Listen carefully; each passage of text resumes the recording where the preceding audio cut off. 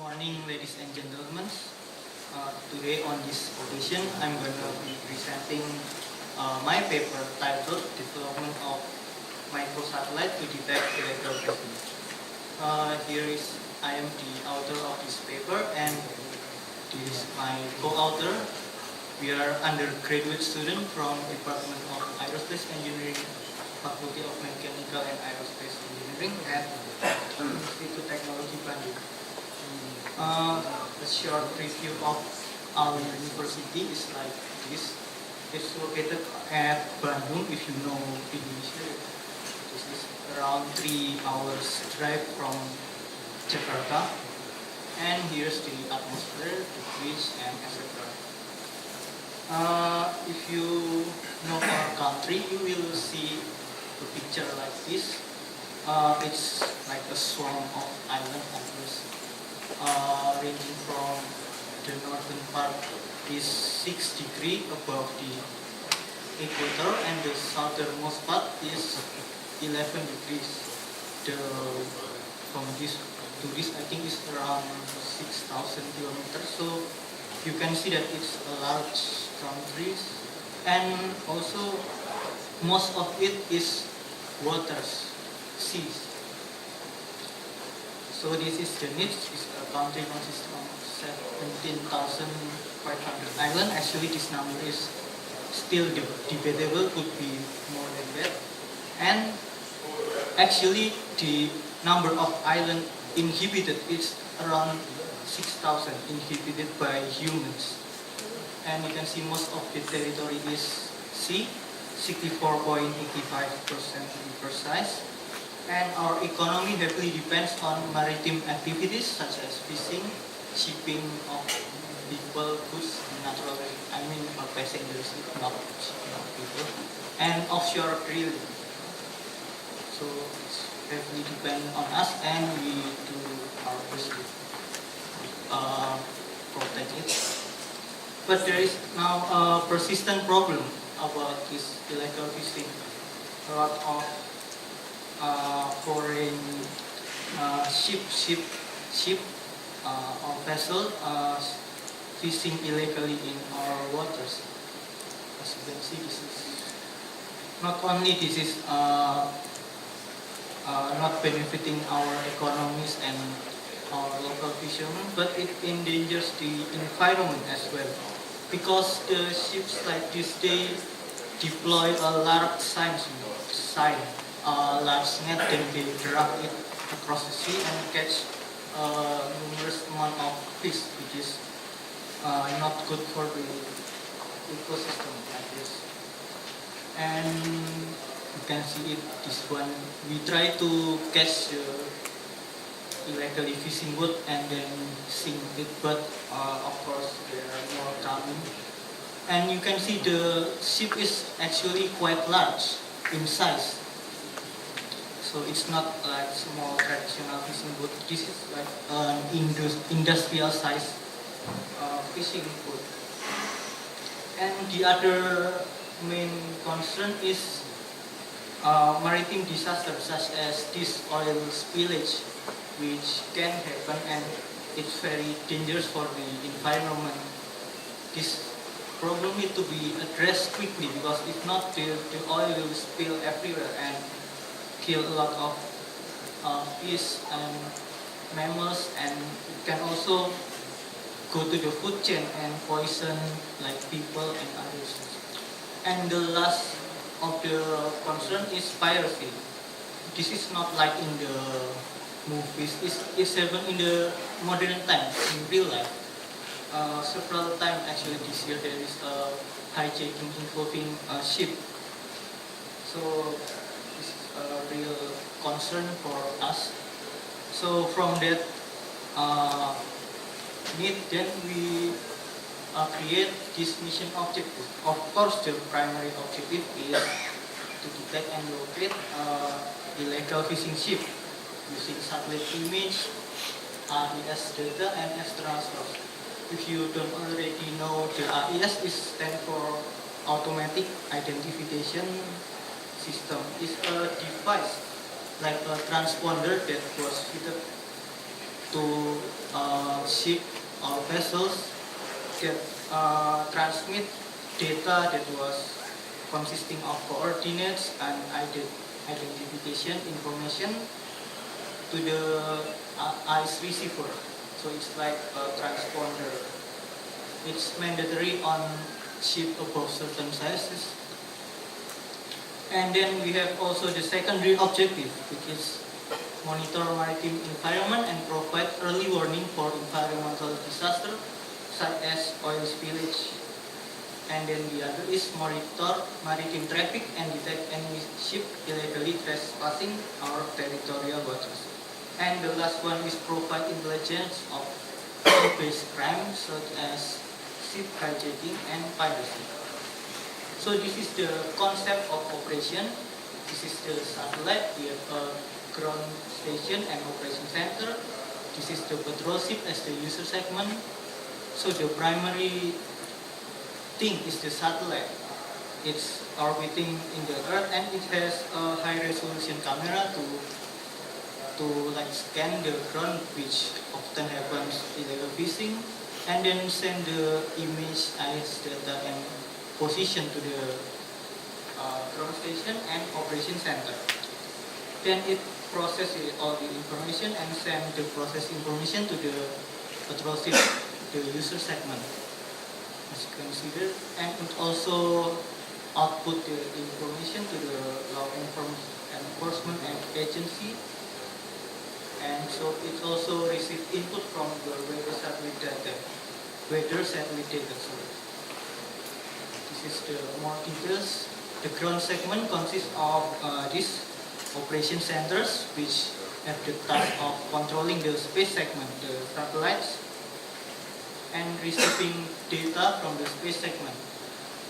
It also receives extra input such as weather satellite data and maritime radar data, and it processes all the information using image recognition software. So it takes a high resolution image of a certain place, but it takes many images of course to cover a lot of area. Then we use image recognition software. It's like a software that can be used to identify a certain shape on the image. Then it can be the data will be combined with the AES data that was received, and it will be like overlaid. So we can see that the potentially illegal fishing ship is the one that was not turning on the IS. So it is the one that was not turning the IS on, it's the one to inspect. So by using this software, we can reduce the requirement for human operator. So the human operator only have to check the one that was not having the AES, and it will also send the process information to the user segment. And also in the ground segment, we have multiple ground stations to receive and transmit data to and from the space segment. So this is the ground station that we already have. There is 5 of it, but it can be increased anytime because nowadays universities are creating a ground station, including my universities. It's a small one, but I think it's with modification. It can be used also as a ground station for this mission. And this is the space segment. Satellite in near equatorial low Earth orbit using high resolution camera and ice receiver. It will be used to detect vessels using high resolution imaging. It will be in details later on the slide. Then the user segment is actually the one on the patrol boat or the one in the law enforcement agency that will be used to receive the process information from the command center. And this is the launch segment. It will be launched using from other countries, but as a pigeon payload, of course. to a larger satellite launch. Then this is the key performance parameter, and the ground sampling distance, it must be less than 4 meters to detect ships or other objects. And target pointing, able to point a target less than 0.2 degrees of accuracy. And the other parameters is potential SWAT coverage of more than 300 kilometers and ice receiver coverage of at least 400 kilometers. And lastly is the data link bitrate, able to transmit all the data gathered within a single pass of ground station. Then you may wonder why 4 meters by 0.2 degrees. This is our argument because electrofishing vessels are relatively large in size. They need to travel for this and catch a number of ships. Then why 0.2 degrees is based on the assumption that 10% of error from the width of the image is acceptable. So this is the one image. If you project it to the ground, will have this dimension. And this is the 10% error, which is we found is still acceptable. Then the space segment description. Here is the cut drawing of the satellites. The structure is made from aluminum 7.75T6, and the altitude determination and control system consists of this reaction wheels, oil, gyro, star sensor, and sun sensor. The reaction wheels and coils is of course to control the altitude of the spacecraft, and the gyro to sense the altitude of the spacecraft without receiving any external input, and the star sensor is to sense the altitude of the spacecraft using star as a reference, and finally the sun sensor, or in this case we use the solar panel as the sun sensor, just as a secondary measure of detecting its altitude. And this is the payload. We have primary camera, which is 1000 millimeters focal length. It's a mirror lens, and then it's coupled to a CMOS sensor with this resolution. So why are we using the mirror lens? Because it is have very high focal length and in a small dimension. So it is very suitable in small satellite application.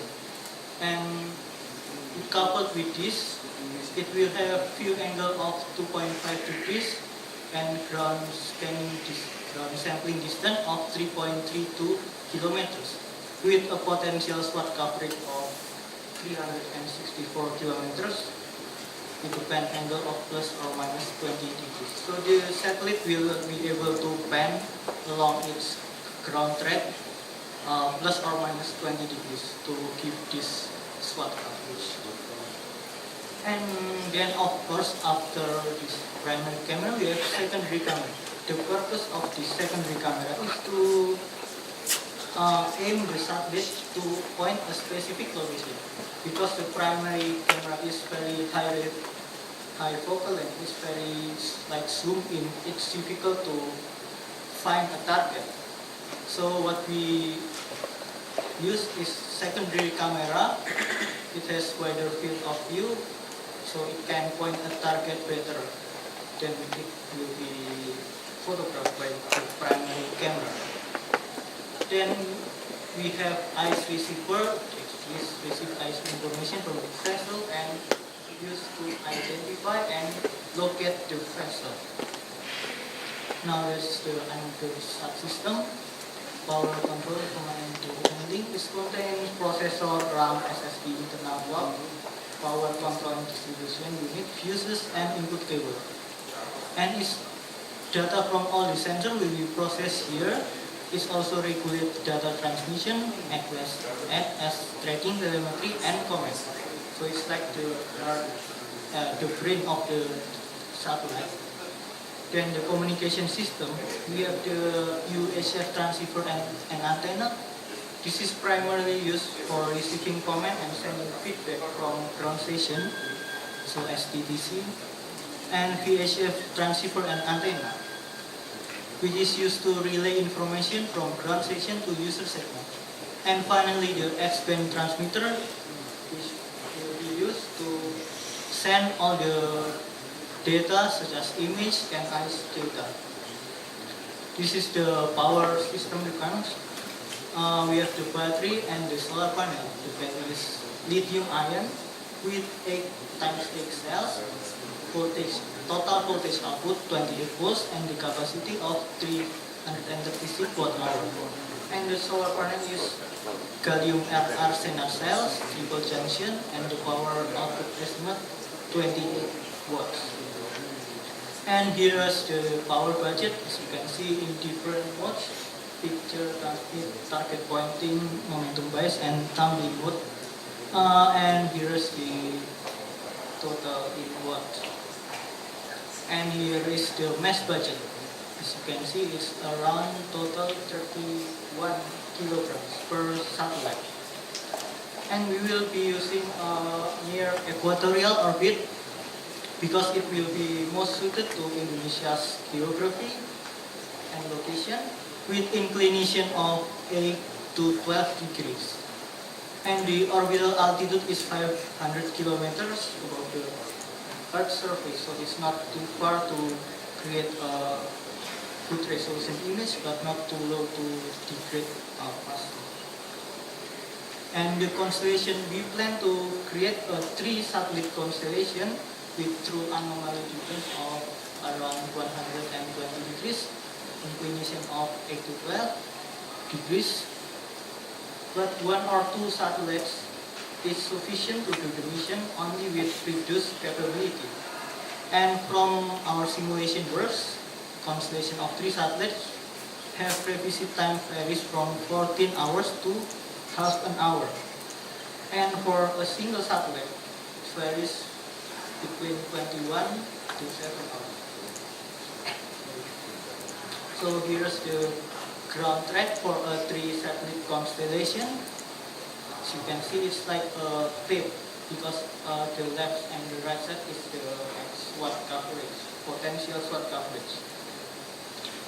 And it will pass Indonesia regularly with also passing the areas of the potentially illegal fishing seas. And here are the implementation plan. It will involve government agency, universities, law enforcement agency, and the Navy, of course. The design stage will be involving the National Space Agency, universities while receiving input from government agency and companies with space experience.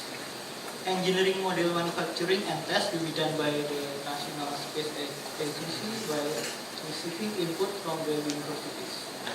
And the flight model will be integration and flight model manufacturing, integration and test and evaluation, environment test, and launch vehicle integration will be done by the National Space Agency with active involvement from universities.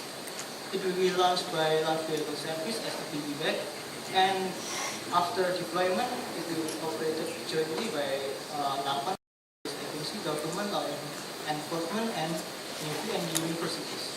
These are the timetables for the project for the first satellite launch.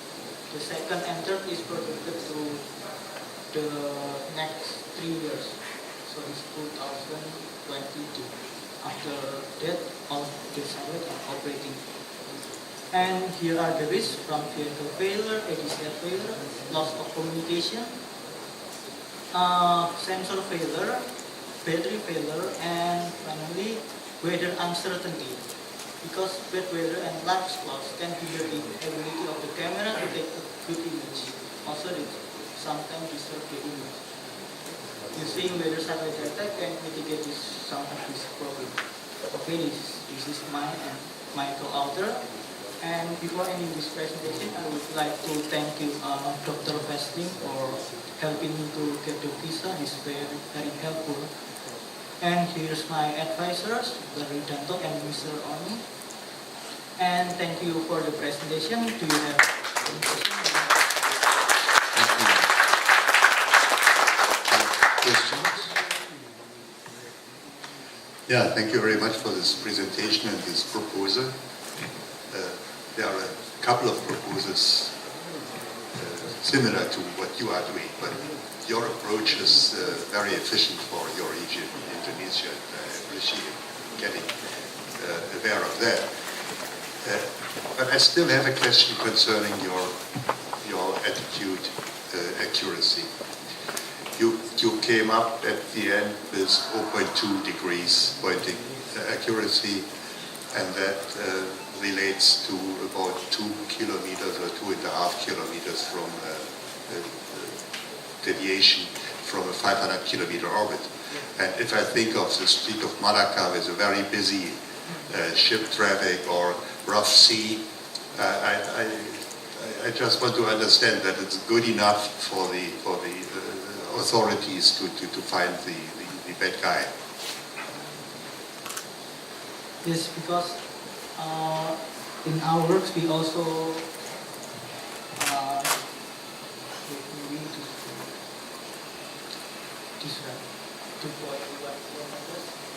but we take multiple images, not just one image. So it can be combined into a larger image, so that we can check, so we can have better calculate. So this error might be not too much for that type of operation. You think you average it out, and then you come down from 2.5 kilometers to what's then the error on the ground on the sea surface?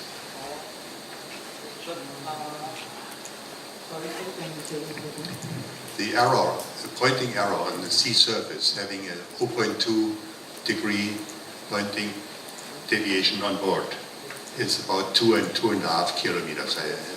Yeah. And you are saying that you are average it down using many images to a smaller distance deviation. And what kind of improvement do you get with that? Yes, it's a bit difficult question because I haven't been that far. But I think it will mitigate the error a little bit because we use a lot more units, so the chance that we will miss something is reduced. I understand you are convinced that it's good enough, and even in the case of Malacca Street and the high traffic and rough sea, you will find the bad guy. I think that it needs to the iteration. Thank you. Quick, another 2 questions. Okay, so you don't have to monitor during the night time? No, You don't have to? because the ship is not fast enough to run during that night. Okay. And the second question, that if the satellite detects some illegal fishing, how quickly that data should be downlinked to the ground? Maybe that affect the configuration of the ground systems. How quickly the data should be downlinked to the ground? Illegal fishing is detected. This is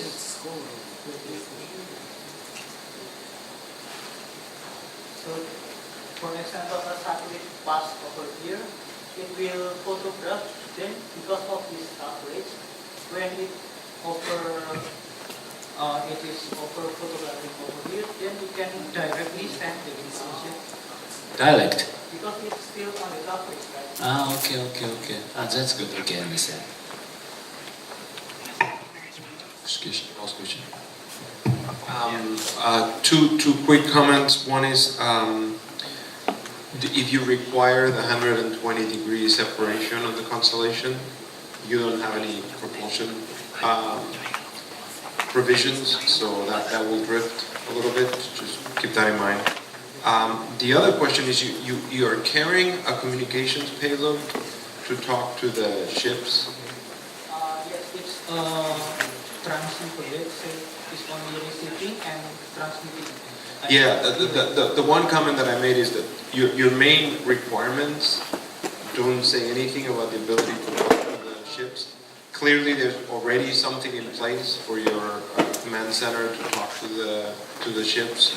So you may be complicating the spacecraft unnecessarily by adding requirements that are not in your primary mission. So just make sure there's not is not a requirement maybe. It's just something that can be done otherwise. Thank you for the advice. Thank you, Ernest. Okay, thank you.